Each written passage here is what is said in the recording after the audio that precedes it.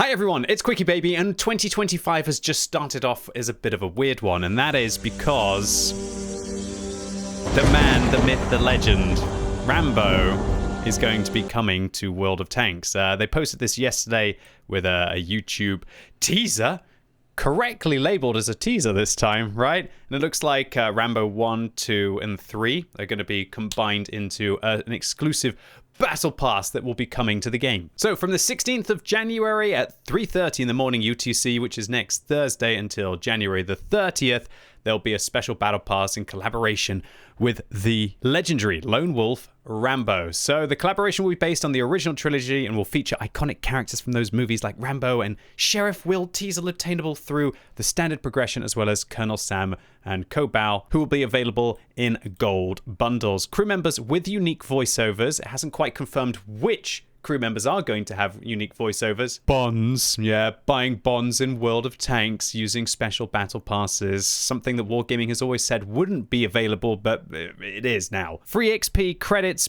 bounty equipment, customization elements can be from the standard improved progression, but the main reward will be the American Tier 9 Heavy Premium Rambo, aka the M103M, with a baked-in style. So here is what Rambo is going to look like in the game. Classic Sylvester Stallone. Not sure whether he's going to have voice acting. Here is the Sheriff Will, the antagonist of Rambo from the first film, as well as his commanding officer from Nam, Sam Troutman.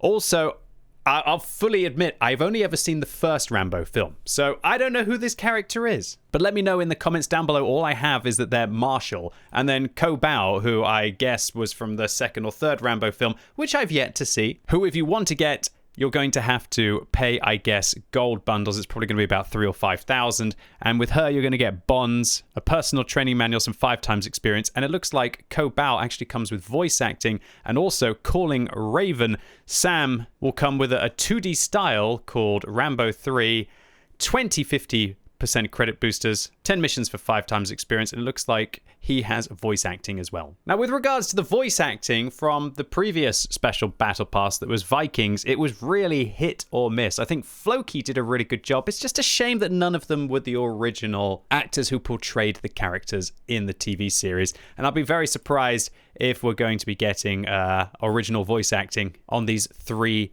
new commanders coming to the game. Now, Wargaming have provided me with a video that's going to be released tomorrow, which shows off exactly what the M103M skin is going to look like. And there we go. Great. Lots of machine gun shells. Rambo's iconic knife for hunting elephants, I think they said, inside the police station with Rambo etched onto the side as well. Brilliant. It does look pretty cool. It's basically an M103 with a reskin, rocket launcher on the back there, and a torch, brilliantly, that actually has a pretty cool burning effect.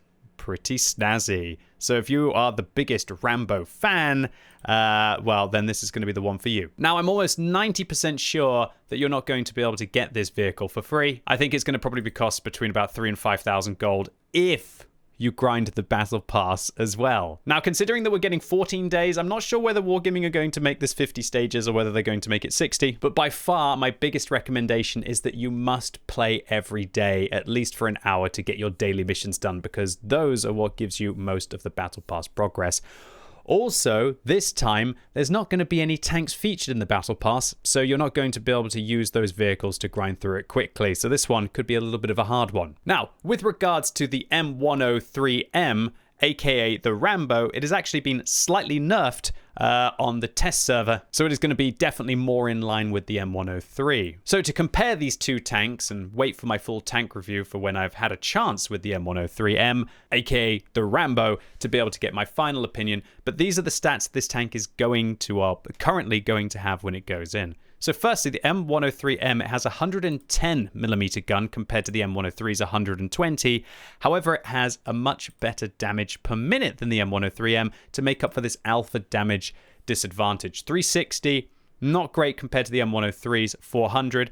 Kind of reminds me a little bit of how the M5Y has to compete with the T110E5. It's just the T110E5 has the damage per minute advantage, at least until next patch, right? However, the M103M, aka the Rambo, has APCR as standard, which actually gives it better shell velocity than the AP rounds on the M103.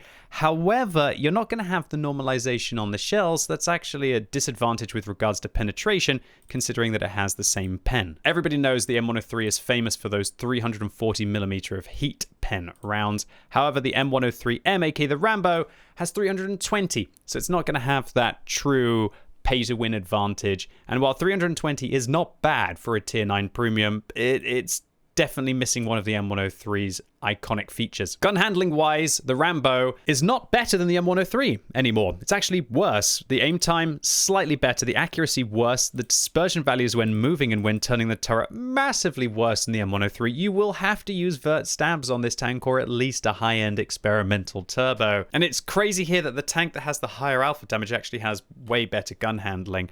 Add to this that the vehicles have very comparable power to weight ratio now with the nerf. And honestly, this M103M, it's looking like it's just going to be I'd say a worse M103. You do have a damage per minute advantage.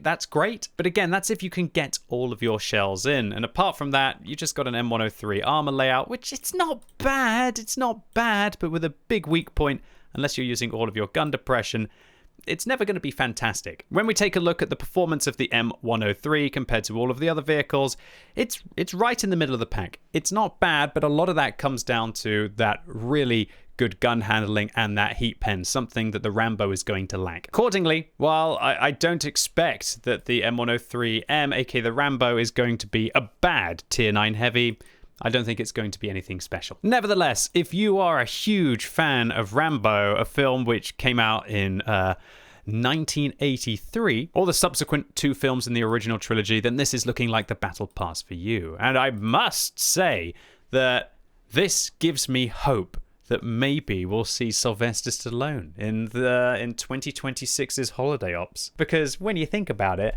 we had Jason Statham go into the game during the Snatch bonus battle pass at the start of 2024, and we got him for Christmas. So whether you're going to be able to have kind of like the dream crew of having Arnold Schwarzenegger and Sylvester Stallone inside the same game, well, we're just going to have to wait to see if we've been naughty or nice this year. Anyway, ladies and gents, boys and girls, that's everything that you need to know about the upcoming Rambo Battle Pass, where you'll have 2 weeks to grind your heart out. Pretty crazy that we seem to have a Tier 9 premium tank just going into the game every month now. It'll certainly not be long before Tier 9 feels like Tier 8 all over again. Anyway, that's it for today. Really hope this video was exciting or useful for you. If it was, give it a thumbs up. If you hate it, give it a thumbs down. And let me know what you think about the Rambo Battle Pass. And also, let me know which of the Rambo films is your favorite and why. Am I missing out, considering that I've only seen the first one? Do you think this is a weird collaboration between Wargaming and, I guess, Studio Canal? Or is this just the kind of collaboration that you think that the game needs? And as always, thank you so much for watching. You've been epic, and hopefully I'll see you soon.